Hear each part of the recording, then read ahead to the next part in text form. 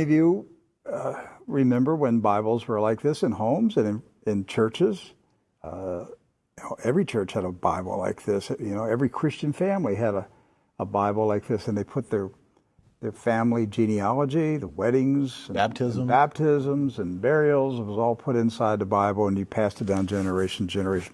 This particular Bible was published in 1905. Now, the reason I brought it out is that I want to show a map that's in this Bible. Now, mind you, the Scofield Bible was not published until 1913. Right. And I have in my office an original 1913 Scofield, which was the introduction of the Zionist Masonic heresies about a future state of Israel and separating the church from Israel and all that rapture stuff. That's where it came from. It was a Masonic Zionist heresy that was introduced into the American churches in 1913. This is a 1905 Bible. Pre-Scofield. Pre-Scofield, with no Scofield notes in it. So, you open it up, and this is on page 13. I mean, this thing's big. I want to show you. Here is a map of the Holy Land. And it says, what? Oh, Palestine of the Holy Land. They misspelled Israel. No. Palestine. Palestine. Huh. And all these Christian Zionists that tell me, Rick, there's never been a Palestine. All right, so here's a still. There it is. Let's zoom in and show you here. Yeah. So, yeah, you hear these people like John Hagee, there's never been a Palestine. Well, look at this Bible map from 1905. And most Bibles, yes, from then had a map of Palestine. And Palestine is in the Bible itself, in the Old Testament. So we're showing you this just because I'm trying to break through the propaganda, the confusion, the lies that the Zionists have implanted in millions of minds of Christians in America, and told them there's never been a place called Palestine. But I have a map, Rick. Right there it is. So, with that in mind, do you know who lived in Palestine? Palestinians? Palestinians. I got that one right. Palestinians. And Palestinians were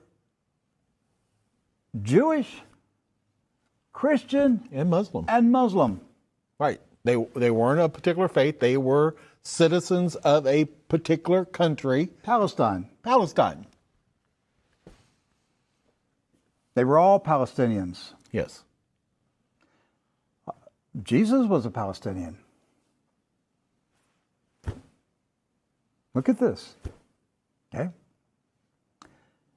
So Israel has never meant a political country. It's always meant the people of God. Yes. The called out ecclesia, the people of God. That's what Israel means. It's not a political country. With that in mind, we're going to show you some of the scenes of the violence that's taking place in Palestine this week, because here's what's happened.